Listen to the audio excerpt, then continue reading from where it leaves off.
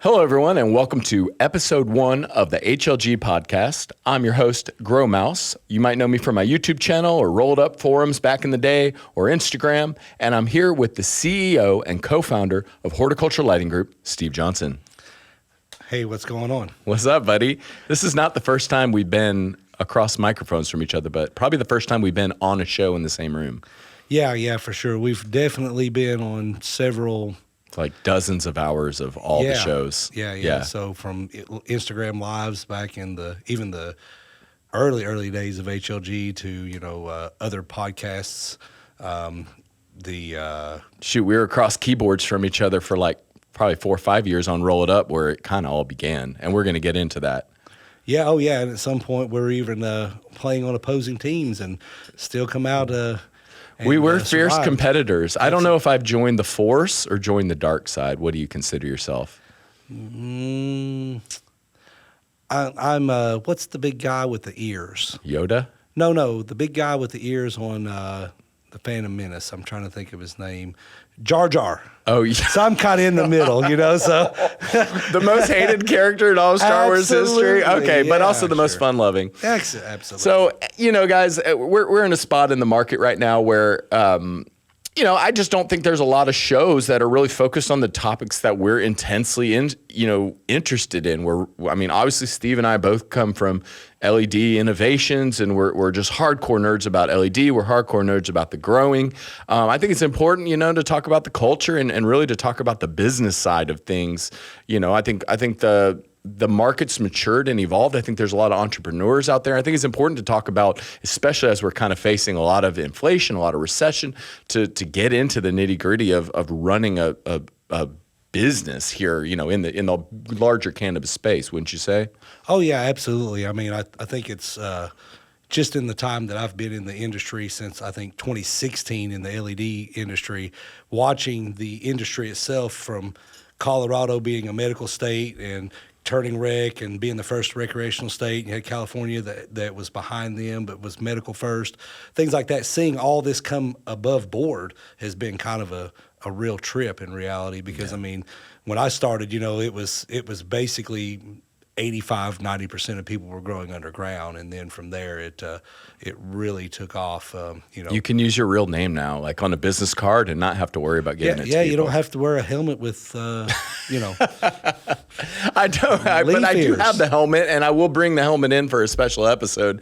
That's for sure. So on this episode, Steve, I feel like a lot of these big companies, I'm not going to name them by name, but there's a lot of big LED companies out there right now. They, to me, and this isn't throwing shade at them, but they're just kind of these nameless, faceless companies. The product, and its efficacy, its wattage, its stats, but you don't really know the people behind it. So that's why I think, this is such a good idea it's your idea to do an HLG podcast, kind of take control of our own destiny, talk about what we want to talk about, but also to kind of get to know you. And unfortunately, your co-founder, Amit, isn't here. I think also, let me stop for a minute. And we've got our producer, Chad. He's our Jamie. He's back there. So if I refer to Chad's back there. You'll never see him. He doesn't have a face, unfortunately. He was born at rare condition, no face.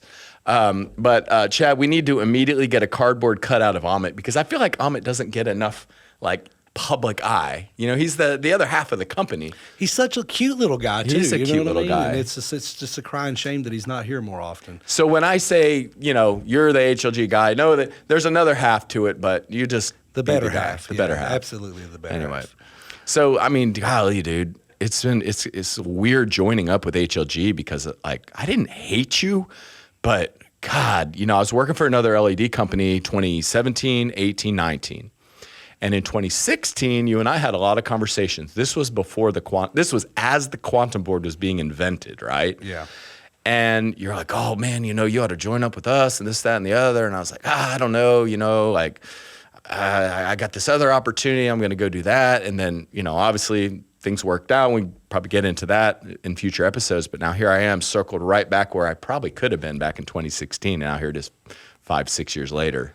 Yeah, it would have been fun, if you would have been here for the journey because I think it was, we've become really good friends and I think it would have been great. But simultaneously, I think it's every life lesson is a lesson for a reason, and it makes us better people and stronger at the end of the day. I agree. To do some of this, because we all make mistakes, or at the time seemed like the best thing, but hindsight 2020 is always, much clearer, right? I really underestimated you. I heard your accent. I'm like, there's no way this guy knows what I know about LEDs. Yeah, well, I mean, and it was even it was funny. So I had a store owner told me one of the big name companies had a rep come in, and he's like, I only carry HLG. They really, XYZ, the customer service, the efficacy, and they were like, oh, that yokel. They actually called me a yokel. So I'm proud of that. Yes, sir. I'm a yokel. A yokel that's kind of winning, man. I mean, we've got all new models coming out this year.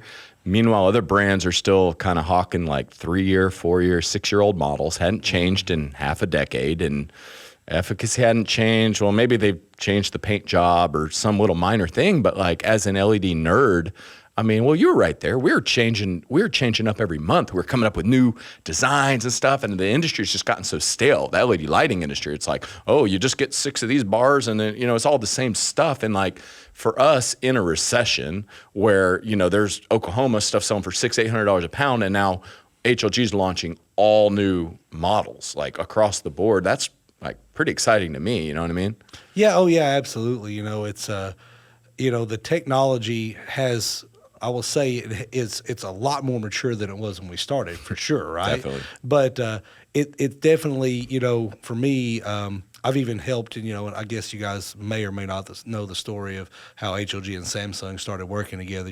I don't know. I just remember being like, how the heck did this guy get Samsung's attention? Yeah. So how it started was, we invented the quantum board, and we made the first 500 in China because MOQ was just not there. We didn't have that kind of money. Amit and I started this with like $25,000 on a credit card, literally. That's not enough to get a pick and place like we have now. No, it's not enough to buy anything hardly. Yeah.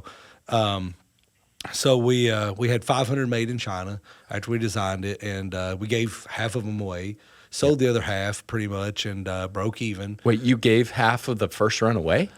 Some of them, yeah. Why did Amit charge me for mine?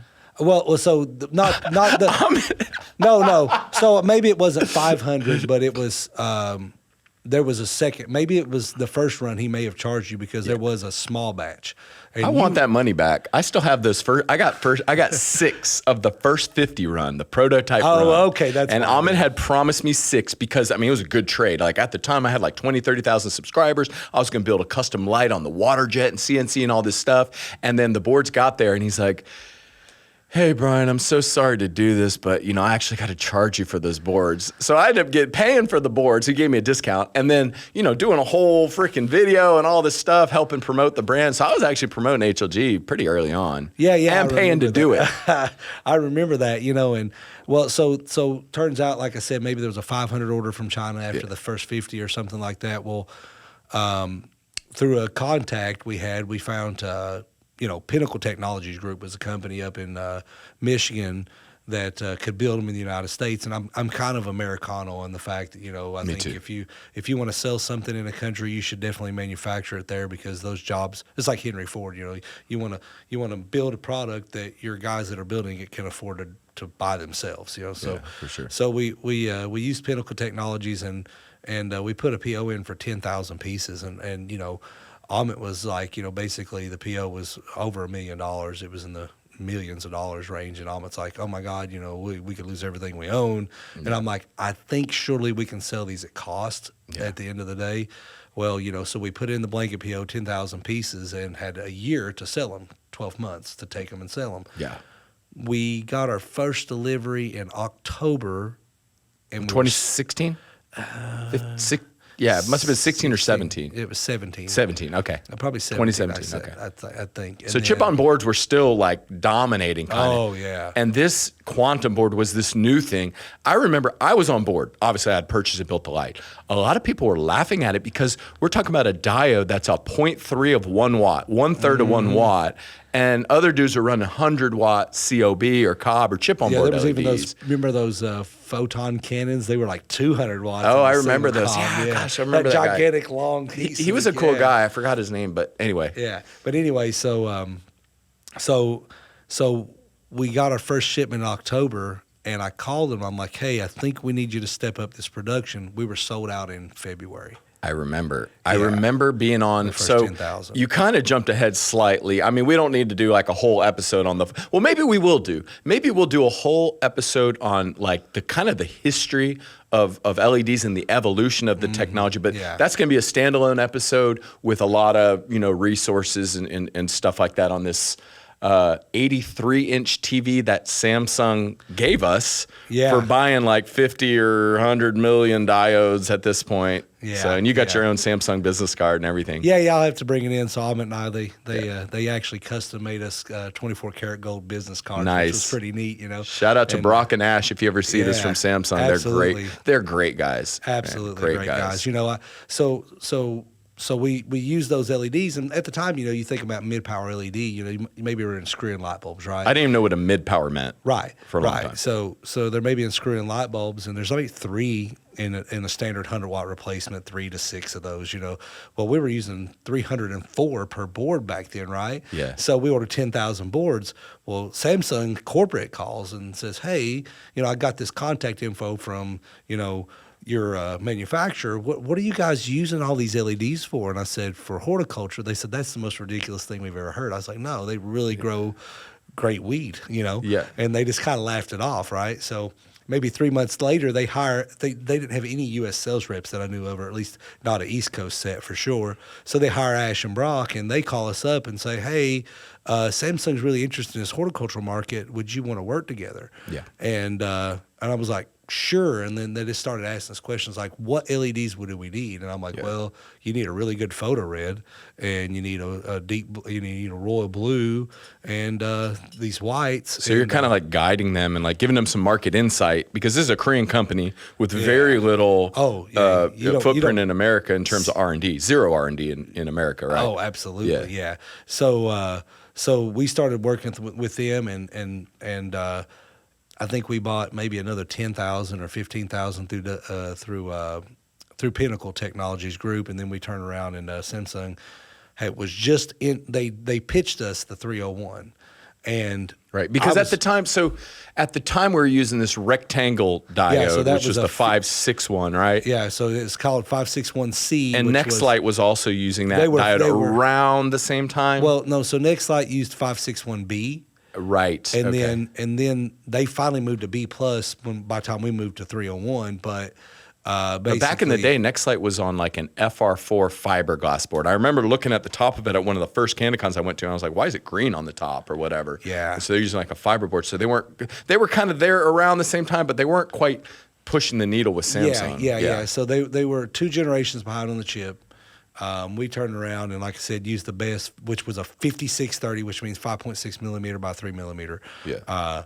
5630s, and so the C was the best, and that's what we started with on the Quantum board, 304, and then the eventual 288. Right. Which the 288 was just for versatility on voltage for driver matching versus the 304, which was a 108 volt board. I have some of those. I remember those. Yeah.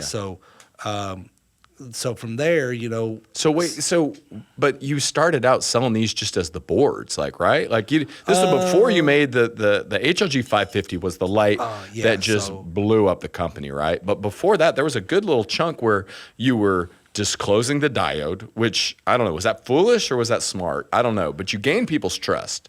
I remember this all started the Roll It Up forums. You said how many diodes you're using, what diodes they were. Sphere tests. You were disclosing the test, the address of the test. I think you even had your Amit's Ohio address on there publicly on the internet, saying what diodes, saying the count, and then you're selling the actual light engine to people for like $75 or some just obnoxiously, just cheap. Anybody could afford it, right? Yeah. And at this time, you could buy 2 chip-on boards for like $50 a piece or $100. You could buy this thing for $75.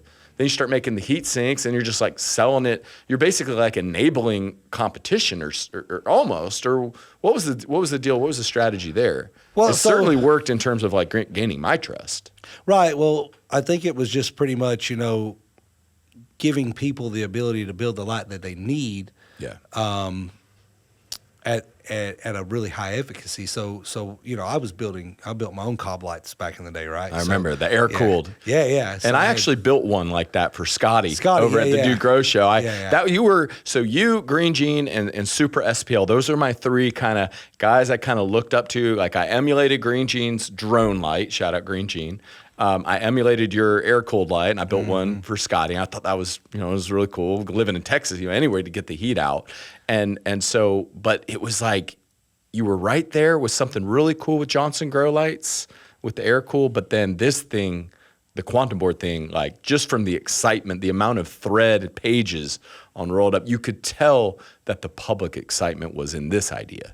Yeah. So the big factor that really turned me was the cost of production. So per watt, the mid powers really were, to get the same efficacy, they blew away cobs, right? Yeah. So cob, the technology, there's a few things. So number one, you have a bunch of blue dye under the phosphorus of that COB, and they're all cross-talking. So that means that they're kind of, the photons are running into each other. Right. So with a mid-power, you have a single dye, and you have that reflective, super reflective high, what's in white? Titanium dioxide. So you have titanium dioxide, so most of the light's getting bounced out through the phosphorus, right? So with a COB, there's a few things. A, you have that crosstalk, and then B, you have a concentration of power in a very small space, so it's almost like a processor. So here we're looking at the best thermal paste we can get that heat off the back of that die as fast as possible. So that, because you have something called thermal droop. Well, with these new mid powers, thermal droop almost doesn't even exist. And no fans. Remember 2016, 2017, I would say that 75 to 85% of lights had fans in them. They had to. The only ones that didn't was the Spectrum King, which whatever. And the BML was the only two I remember that didn't. Everything else had a fan in it. And everybody in the market was like, oh, fans get dirty, fans get gnats in them, fans are going to break. And so you get this new design that's like big surface area, passive cooled, less moving parts, higher efficacy, potentially more customizable, right, in terms of spectrum and diode mixing. Yeah, so that's why there were 4 connectors. It was all about modularity and how can you imagine to use this thing, right? Yeah. But so even when we invented it, Amit was totally not on board. He was like, no. Really? He was like, at first he was like, they just won't penetrate the canopy. He's like, it's not enough power. That was the big criticism on the internet was penetration. And then I told people, I said, penetration is really a function of volume of light, right? Density, right? Density. So I said, it's like light is like a bucket of water. You got the same bucket. It doesn't matter if you pour it, if you have a streaming hose, because you're never going to cram light through a leaf. Okay, so take a leaf, look at the sun. You can't see through it. Like one little shower head, water saver shower head's not really going to penetrate, but you get about 1,200 of those. Well, and so penetration to me is a separate function. So you think about point source of light. So you have a single point source. I go outside, I stand in the sun, there's my shadow because you have a single point source. Right. Same thing. So with cobs, the fewer point sources you have, the less overlap you have and less beam angles. So you're going to have a whole lot more chance of slipping light into the canopy from having multiple sources. It's like even in this room, you're not going to have, the more lighting you add, the less shadowing you're going to have. So that's a form of penetration. Right. So this light engine was concentrated enough to where it wasn't like a T5 and there wasn't enough intensity to get it done, but it was spread out just enough to where it was also spread out to where you would have that penetration. So that's even to the Scorpion today. That's why you hear everyone say, compared to every other light, that the bottom third of the plant fills in a whole lot better. It's because I designed it in such a way that it would penetrate the canopy, similar to an HID. And HID is kind of I like that term you use. Is like you said, slipping, photon slipping, because like. That's what my Scorpion Diablos do. There's 4,000 or 3,996 diodes on the board. So there's a lot of opportunities to slip a photon in from 8 feet away or 2 feet away or 1 foot away or 6 feet away. It just slips right through there. It's almost like taking fine grains of sand and sifting it. If the grains are fine enough and there's enough of them, it's going to fill the whole volume of the vessel, right? There you go, right. That was the principle behind it. So I explained to him, and I was like, no, it'll be a volume of light. And so we went ahead with the design. And if you even look at it, there were lines on the board, right?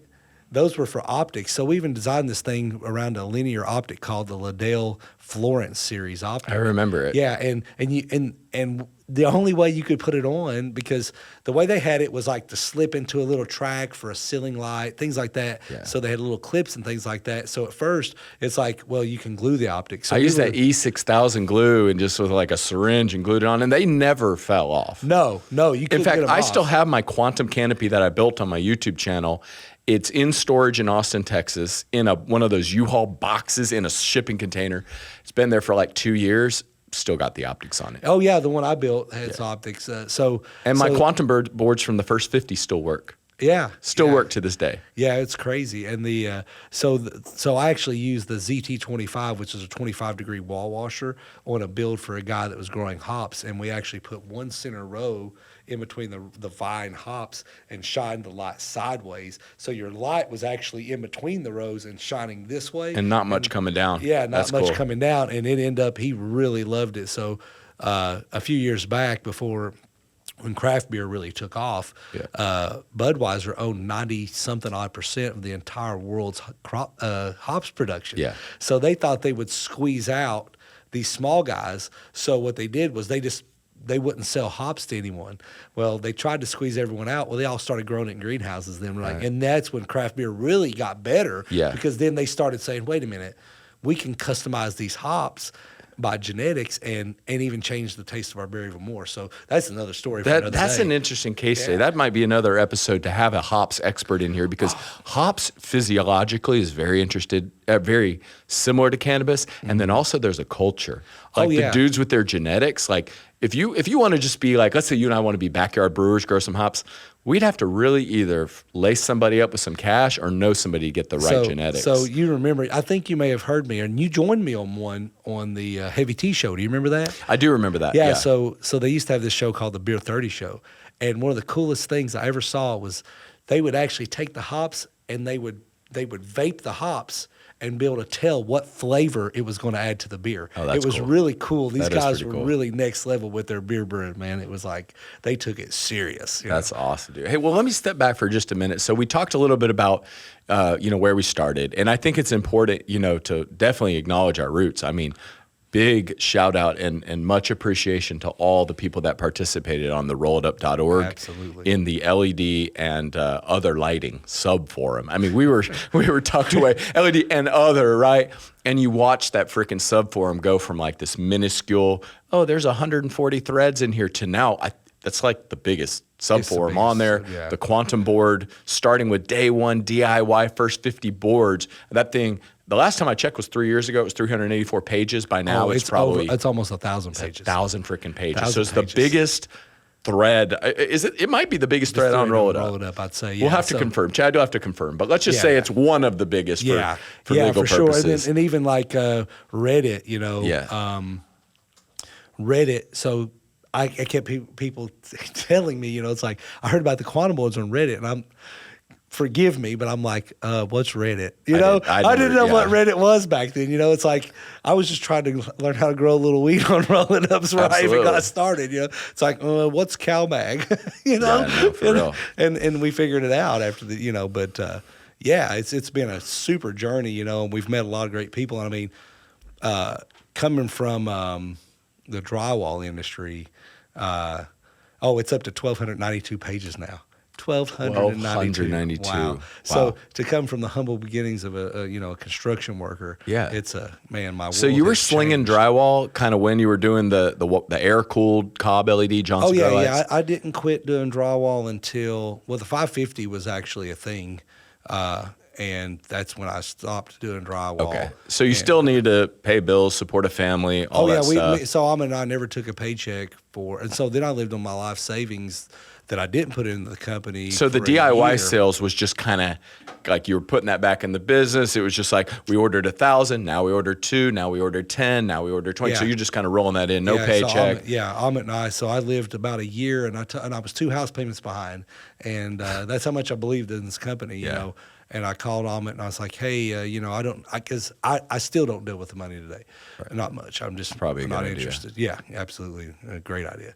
But for me not to touch the money. Right. But, you know, so I tell Amit, I'm like, hey, you know, I really hate to say this, but if I don't get a paycheck like in the next month, I'm either going to have to go do some drywall to pay my house payment, or I'm going to have to come live with you.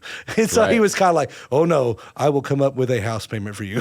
so awesome. So I started paying myself like $35,000 a year. That's, okay. I think it was 35 or 40,000. Yeah. And that's where we started at. And then about, I don't know, it was maybe a year later, I was doing most of the things. So at first, Amit was shipping the kits, and I was handling the cob lights back then, the transition.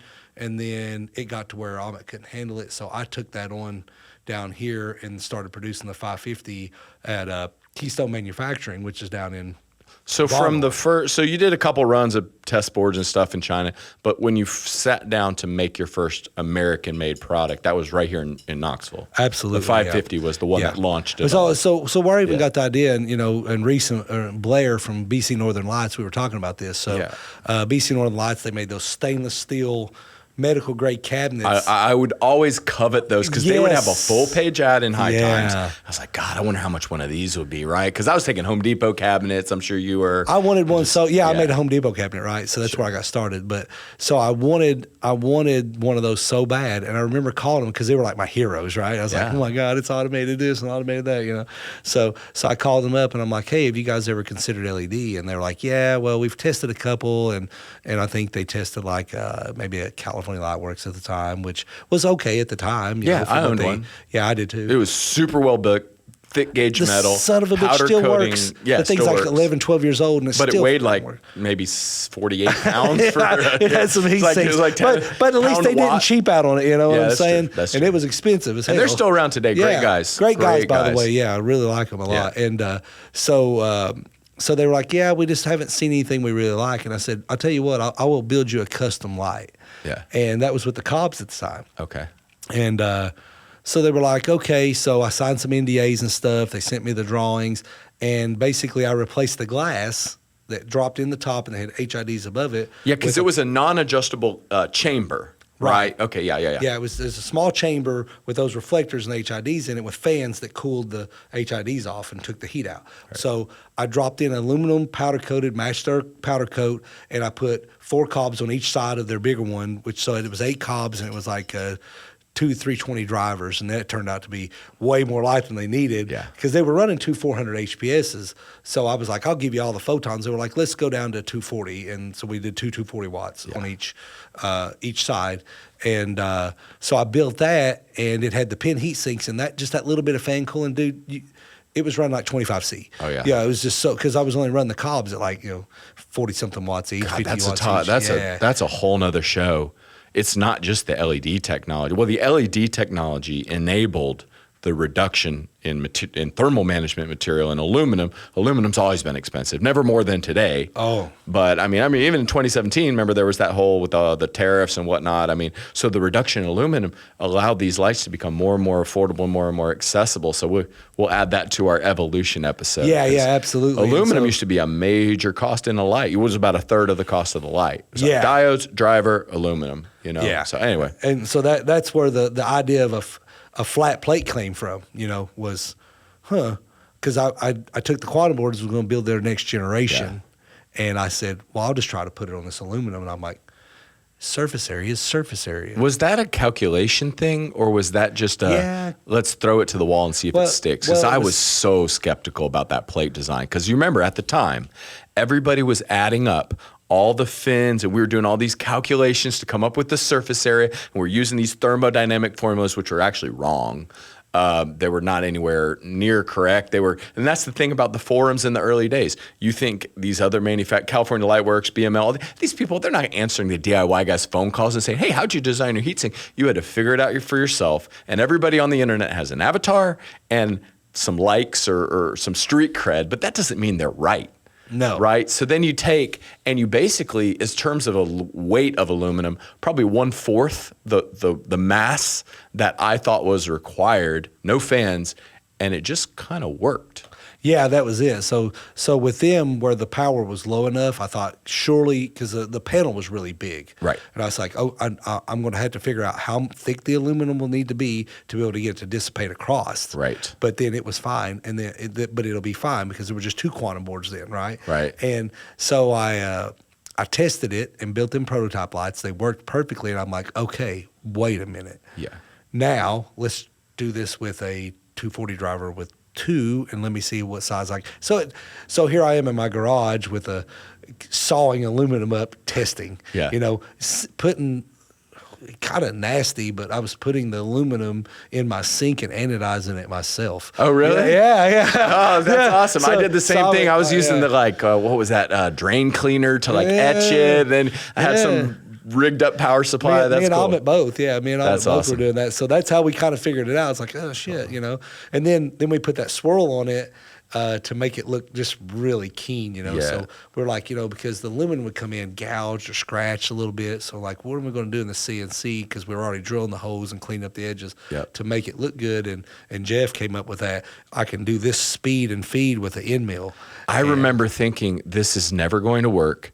Because you need a big machine to deck off a 28-inch by 20 plate, right? I mean, I was running like a Tormach, which was like 9 by, it was a long bed, but it was 9 inches wide. So I'm like, how are these guys getting a machine to deck off this plate? And wait, they're going to do how many passes with a flywheel cutter and deck this whole plate both sides? I was like, these guys are never going to make any money, dude. Yeah. So that was the thing. I don't know if you watched the video the first time. I remember that first video. So we even had to come up with a way to hold it. Yeah. Because we came up with a vacuum plate. So you literally had these position pins, you put it in. Well, now those are everywhere, but back then vacuum plates was like. It was kind of like we were one of the first ones to use that company. Okay. And it's just, there it was, and then we go all the way around the edge. Was it Pearson Work Holding just by chance? I don't That's remember. a big one out on YouTube, Pearson Work Holding. They make the best stuff. Anyway. So you got the 550, you got a plate that's going to work. Theoretically, if you use the very rudimentary like thermodynamic stuff, that would say, okay, well, if you had 400 watts of cobs, the thing would basically almost melt the aluminum, but you've got these diodes spaced every half inch, and just the spread, there was no variable for that spread, taking a third of a watt, spreading them all out, and it just worked. It was definitely warmer than the ones today, but the LEDs weren't as efficient back then, right? No. So this thing works, and now all these people that would come to the roll-it-up forums, I remember people were like, they're a little lazy. They're like, I don't want to read through 112 pages to figure out how to build a quantum light. Can you just hold my hand? And that's how I kind of built my whole following. I was one of the few that would I go help and chime in. Oh no, you need this. You need to get this. I did a little bit. And you of that, you helped a lot, and Ahmet, and a lot of people were very helpful on the forums. But so you finally said, all right, I'm gonna build this thing, and then you just put your credit card down, and then here it comes. You plug it in, and good to go. Yeah. And it was super affordable, super utilitarian. It was everything you need and nothing you don't. Mm-hmm. And then. What, you just sold out of them? Well, so no, we got. So I remember it was really funny. So Jeff told me, he's like, if we can sell 5 of these a day or 25 a week, I'll be able to pay my house off 10 years early. So he's doing all this math and said, let's just 5 do this. a day, 25 lights a week. Okay, 25 lights a week. And that's off the margin that he's making just to deck the plates and help me assemble them. Right back then. He built 500 a week last year, continuous all year long. Oh, so his house paid off.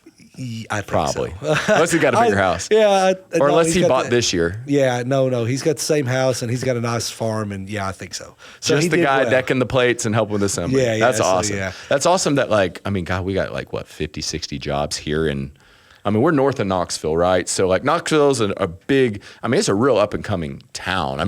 Basically all the California people moved to Texas, and then a lot of Texas people like myself moved here, just kind of keep going, But it's definitely up and coming area. But there's a lot of area where people really need a job, especially up north where we're at. Yeah. And so we got 50 or 60 people. Yeah, and Keystone still builds for us today. That's awesome. So they still build today, and so I kind of stick with my guys. You know what I mean? Yeah. If somebody does me right, I stick with them and try to keep. That's good. Keep and they've hired. So when I first walked in, it was Jeff, the owner, his cousin, and his best friend. Yeah. Three people. 3 people. So now the last year they were up to 14. That's good. I think, That's and good. I think they're back down to about 8 or 9 now because as everybody knows, this materials are crazy. Everything's kind of yeah. So got nuts, and then the turn in the market too, slowed down for a while, but we're really gaining a lot of momentum right now, especially with new products. You start like selling lights and making the money, like why not just say, okay, we've got the volume, we're scaling. Why not just go to China? You probably could have like made a hell of a lot more money a lot faster. Yeah. So there were my light ended up getting shipped to China, not by myself, but others. And then the Chinese manufacturers would contact me. We have quantum board. I'm like, you're violating my trademark, jerk. But and still to this day, yeah. What did they do? They took out the word board and like they're doing quantum light. They would quantum just do light. anything, Yeah, they would do anything they could to confuse the consumer. The quantum light has dominated Alibaba for like the last 6 years. Yeah. That's why I told Ahmed. I said, well, that's one thing. I said, when you're super knocked off on Alibaba, you can at least kind of pat yourself on your back that you kind of did it at least. That you've kind of left your mark on that industry. Absolutely. For sure. Yeah. So I would say, like, honestly, obviously I'm somewhat biased, but I would say, and this is like the two biggest, number one and number two in no specific order, like biggest tattoos, biggest marks on the industry was the BML bar style light, which then became Fluence for those, and the quantum board. Yeah, that's about basically your two styles that survived. Yeah. Yeah. I mean, I don't know if Black Dog's still a thing. I think they may still be in business. I think so. And they still have fans. Fans. Yeah. So they've hung in there, but so basically it's come down to just a couple styles of lights. Really. And credit to them for being like first market mover and stuff, and that's wonderful. Sure, but you don't see a lot of those style lights hanging up really in the commercial grows. I think, and like I think I don't know, man. Like at the time, I think I wasn't thinking. Obviously, I had the opportunity to kind of join up with you. I kind of went a different path and circle back around, but at the time, I was less of a business person, and I was more a young man wanting to tinker and toy around and play around with different spectrums. And so, I kind of have my fun, but really it's pretty clear what the market wants. So the market doesn't really care about fancy, colorful paint jobs, doesn't really care about how much your marketing budget is, doesn't really care. It wants a utilitarian light. It wants a tool. I don't care what my screwdriver or my drill looks like, whether it's yellow or red. I want it to work. I want it to last. I want it to have the most power, the most efficiency, all that stuff. Exactly. And if I'm in a position to deploy 100 of them, I'm going to deploy 100 of this utilitarian tool. Because this is what a grow light is now. It's just a tool. Yeah. Well, I mean, when you think about like a double-ended fixture, right? Yeah. I've never seen one that I thought, man, that's an amazingly good-looking fixture. No. They're all tin cans. You know what I mean? They're literally, tin cans. It's literally a tin can. Yeah. That's what I'm saying. So it's like, that's what I told Ahmed. I'm like, maybe we kind of make it look decent enough, kind of finished or whatever. But and you did. Yeah. But I don't think people care. Yeah. I don't think so. I don't. I do think that going, from silver to white is cool. Yeah. Well, especially with the new, the reflector design, we have to go there because of reflectivity, so that's all been a thing. The new models. Yeah. So we just got back from MJ Biz. Obviously, it's the biggest show of the year. I mean, it was massive. Everyone was there. It was like twice as big as last year. And I saw it's hard not to get jaded when you've been in the industry a long time, but that show had a lot of things that really excited me. From like the low pressure plates guys had some new innovations. Who else had interesting stuff? Athena had some cool stuff with their tissue culture kit. Like now you can do tissue culture for $3,000 and not $30,000. And honestly, like I saw in the lighting category, I am biased. I'm going to go to a lighting guy and kind of hide my badge and be like, okay, what's new? And they're like, oh yeah, we're selling the same fixture from 2019. I'm like, okay, cool. What's different about it? Well, it's a workhorse. It's always been good. It'll remain good. And then here you go to the HLG booth, and every single model is a new model, right? So we had the Scorpion Diablo, the 650R, the 600 flat plate, like tested, proven design. Now you've taken, for those of you that like haven't been to our website and haven't seen it, I urge you to go check them out. Now it's like a monocoque, one-piece reflector design. And so like you want to talk about why that's better, what that does? Yeah. What our testing showed? So you could stick a reflector around the outside edge, and that'll bring up like Mars has some reflector designs. I think Spider Farmer has like a little thing hanging off. They bolt. Yeah, they rivet on or bolt on HID style dimpled reflector, which there's no reason to diffuse a multiple point sources. Right. I mean, it's not. Yeah, that just doesn't the whole make purpose much of the sense. dimples is to take 1,000 watt and diffract. Yeah, because Right. because again, at the time, if you think about it, what is a HID? It's a point source. It's a single point source. So yeah, you need to get beam angles for penetration. I knew there's a reason we had an 83-inch TV behind us. Sorry, it's our first show. We're getting used to our capabilities. I almost forgot Chad, our producer's back here, and he can pull this stuff up. So we've got the powder coat design, which is like a high surface area powder coat kind of deal. We've got the reflectors integrated into the 650, which went up to 700 watts. 720? Yeah, 720. Yeah, 720. So we have the new products are now the HLG 700, HLG 750. Right. They replaced the 600 and 650, and then the Scorpion also received reflectors. So basically, you can put something around the outside edge, and we saw a slight gain in part of the canopy. But what you have to realize is with a reflector, the farther you move away from your light emitting source, the bigger that reflector is going to have to be to be able to catch that beam angle, as because you got some coming out at 180. Let's say it's coming out, or 180. Let's say it's coming out at 140. If it gets too far, you've missed your reflector. So what you're saying is, like with a single reflector on a light as big as Scorpion Diablo, it would have to be massive to really make a difference, right? So how'd you come up with the idea to individually reflectorize each board? Well, testing. Well, actually, I was kind of sitting at Chesapeake's drinking, and I'm like, how am I don't want to shine through an optic, because you lose, say, 10% of your light. You're shining every photon you're producing through an optic. So that's kind of I don't want to lose 10%. Yeah. So it's like, how do I just correct the light that's hitting the walls? And I'm like, okay, maybe this outer reflector design. And then I'm like, wait a damn minute. It needs to be surrounded by reflectors. Right. So then Each I was board. like, and so then it's like, you look at the Scorpion, it's like, oh, well, you got these spaces for evenness of coverage. It's like, well, there's that material. Yeah.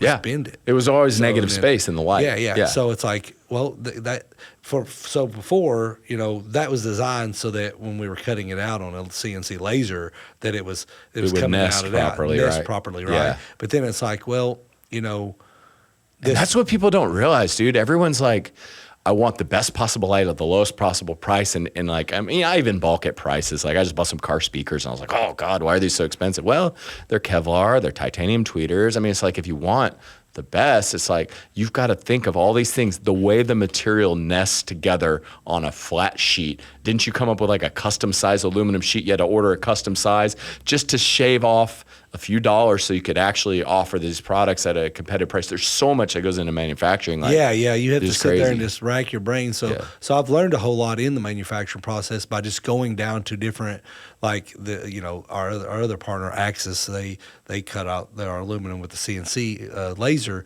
and so I'm just like, okay, I want to take a tour, and I'm not being nosy, but I'm kind of being nosy, because you got to see it to get your juices flowing. And then I'm like, oh, I can use that tool to do this, right? And I can use this for this, and they've got some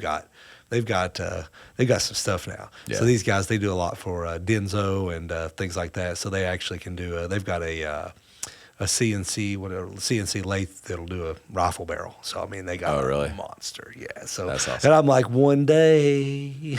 There's a new trend on like Instagram and TikToks where, like everybody's into the shorts, because everybody's attention span is super short right now, 30 seconds a minute, like get your point out or whatever. And these guys have taken it to the next level. They want to do a quick 30-second video talking about some commentary or whatever. So they put them up on the top half and then some manufacturing reel on the bottom half, so that this ultra low attention span society that we're living in, I can listen to what you're saying, but I don't have to look at your face. I can look at a lathe or a CNC. Yeah, I'm just like, I've seen bro. that. How freaking far are we going to push this attention span? Can you guys listen to an hour-long podcast? Should we make it 40 minutes, 45 minutes? I mean, it's kind of like the nerds that are into it want us to go 3 hours, but I think we just like stick with like an hour. Or like, I like to see, like when I'm on YouTube, I like to see like 54, 55 minutes. If it starts getting 3 digits, I'm like, bro, I don't have time for all this. I agree with that. And I tell you what's interesting today is you go out and you just in society and just watch. I'm a huge people watcher, right? Oh, me too. So you sit there and you watch people, and it's like, in these kids in their 20s and 30s dating, Yeah. and they're both sitting there, and I actually watched one text and the other one pick their phone up, and like they're sitting across the table from each other, they're texting, so I was like, why don't you just say it? They're right there. You know what I mean? But they literally text each other, and my kids do it. They'll send each other messages sitting on like giggling couches. Yeah. And I'm just like, okay, I kind of get it, but yeah, you lost me in the translation. I was people watching hardcore at MJ Biz, and like there were a lot more women there this year. Oh yeah, a lot more women like conducting business, not just the showgirls or the booth girls. Like, right. There was just a ton more, and not just the gals on the arm of their boyfriend because their boyfriend's a grower or whatever. It's like it seems like the industry's like it's like really kind of coming into its own with like there's a lot of money to be made, and everybody's in it, from the credit card processors to the grow light people to the software as a service to hell. There's these guys. They were making backpack sprayers for like custodial sanitation and stuff called Petra tools. Mm-hmm. And I bought one on Amazon, because I was like, oh, dude, I need I'm carrying around one of those bucket sprayers, and it looks all good for $125 on Amazon until your freaking shoulder workout, you're going crazy. So I was like, I need a backpack, I need a longer cord, whatever.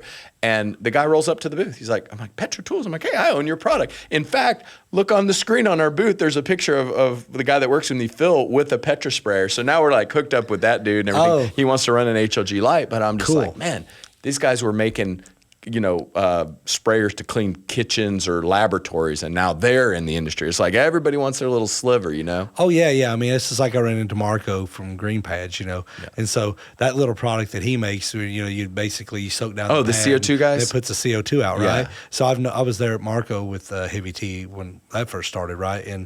And I tell you what, maybe the thing for the tents, it works okay, but I'll tell you what really works is the little ones for the clones. Yeah. So you take those little things and you kind of wet it, and you can roll it around a little piece of sponge to keep it kind of moist. And you stick that in your clone dome. If you're just cloning with the rooting hormone and plugs, which is I recommend. So this is that thing. It's almost like the size of a Bovita pack, but rather than regulate humidity, you get it wet. CO2. It adds CO2 to a clone dome. You put that in that clone dome, and they'll pop roots about 30% faster. And they got that from the meat industry, right? Yeah, or something like that. Something like that, and then they juiced it up. So meat industry, they have them, but they these are those little tampons at the bottom of your steak. Yeah, these are that times like 6-10 layers. Okay. So and they absorb CO2 because CO2 makes a steak turn brown. Yeah. Okay. Yeah. Well, no, CO2 keeps oxygen makes your steak turn brown. So the CO2 displaces. Okay, almost like nitrogen packing. Displace the oxygen. Okay. So he took it and he just beefed it up a bunch, and then made it to where it'll last and has a time release. The way it soaks and stuff. Yeah. And he changed the technology, but them little pads, they work so well in a clone dome. I mean, everybody I know that's ever done it they're like, I can't believe it. Well, we got CO2 bottled throughout the whole facility. Yeah, you got the whole thing. But not everybody has CO2. Right. Yeah. That's the other thing, man. Yeah. Like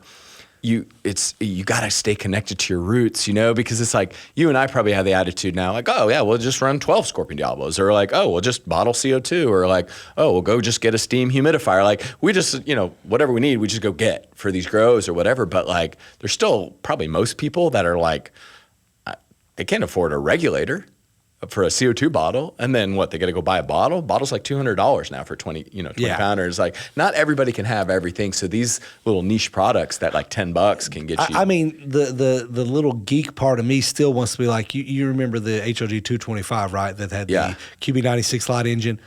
I so bad want to put that in a 3x3 and see if I can grow like at least 12 ounces. I just want to do it. It's like, that's it. I want to do it with just a fan, a filter, the way I used to grow. I want to do that. That is my piece, but I'm into that. I think it'd be cooler if it was like an online contest, like some amount of money, and you have to show your receipts, right? So you got to start from scratch. You got to start from like, here is a closet with drywall on it, and you got $200.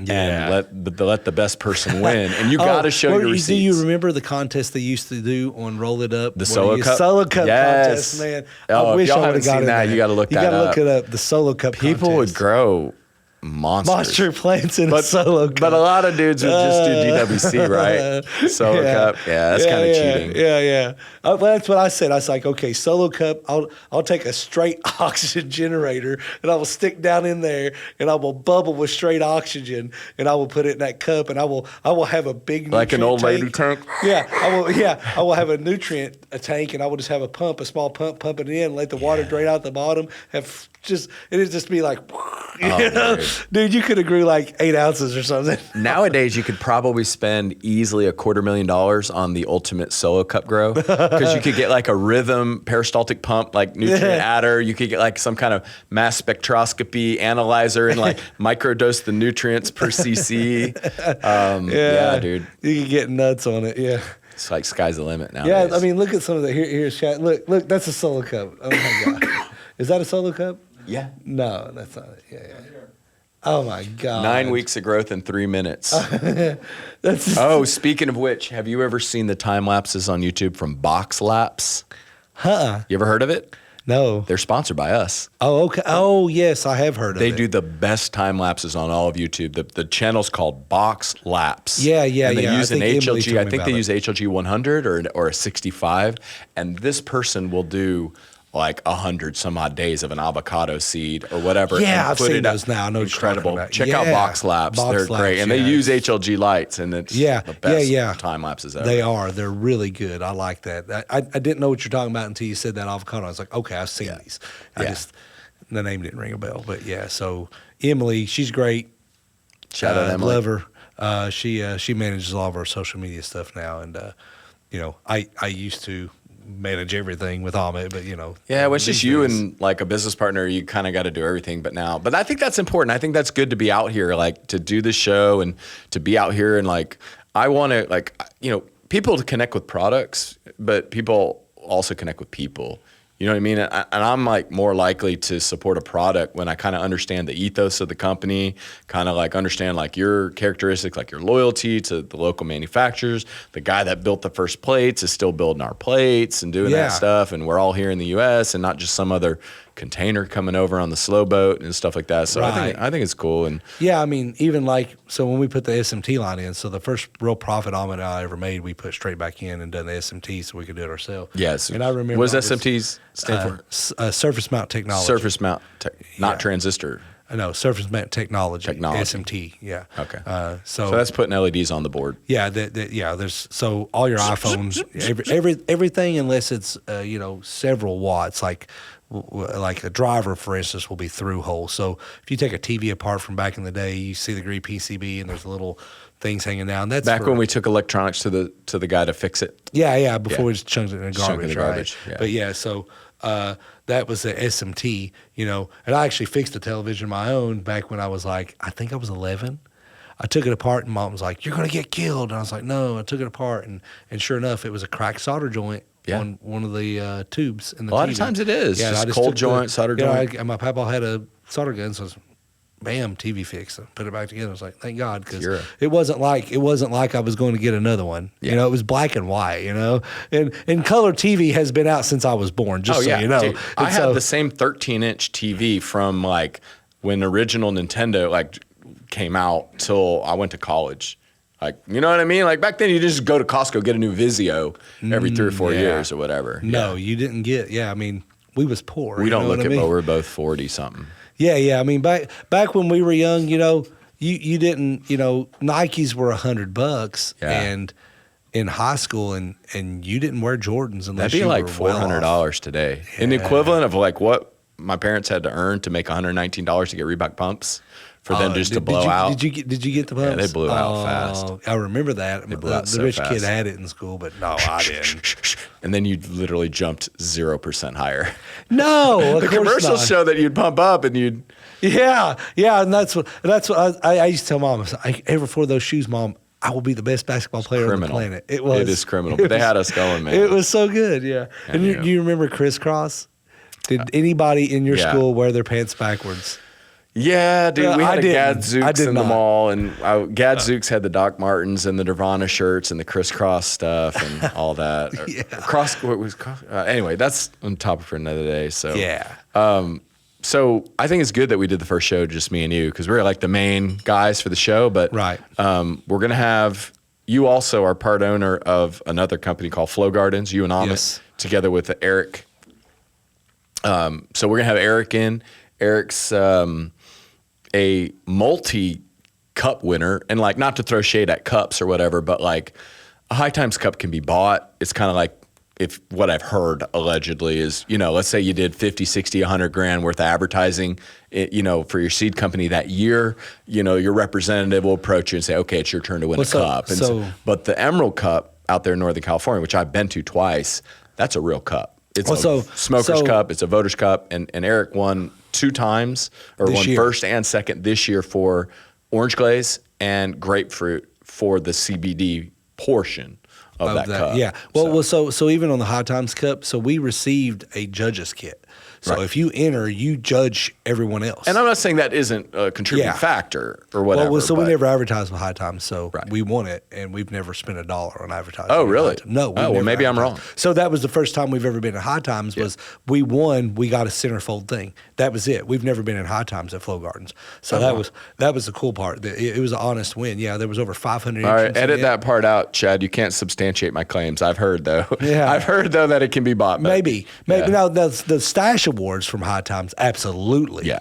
Otherwise, what was it? G8 Lighting has won like 10 years in a row. Remember the G8? It would have a double fold ad. It was like the best LED. I'm like, this thing's LED, garbage. Oh gosh, LED. We can't start on kind. No. Well, we'll say that everybody, they're kind.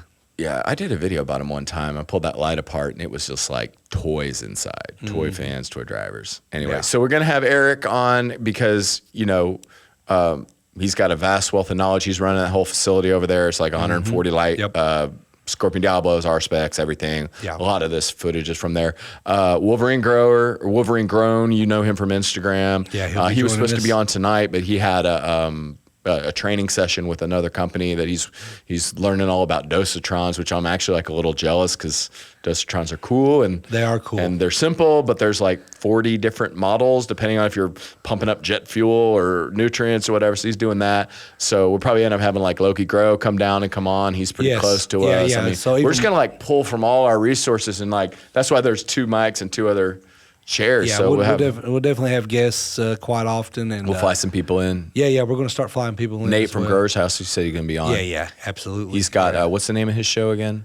He does Cannabis. Cannabis. I love that show. That is a high production. So maybe in the next, after the new year, I also want to bring in Kelly and Rob from the Tennessee Growers Coalition. Oh yeah, they're wanting to join in too. So we're fighting the good fight over here in Tennessee to get medical passed. It's like we're like one of the last 13 to 17 states that has no medical, no nothing. Yeah, so we are working on that. And why the hell did you start this lighting company in this state? Because you already lived here. This is where I live. Yeah, but hey, look, here's the thing. At least I'm part of the fight to get it done. Sure. And I've got so we've got some good support. I don't want to say too much right now, but it's looking pretty good. That'd be great because we're positioned really well. All we got to do is just take this clone out and put the right kind in, and when we're off to the races. Absolutely. I might literally go from being 100 air to being 1,000 air finally after being in this industry for.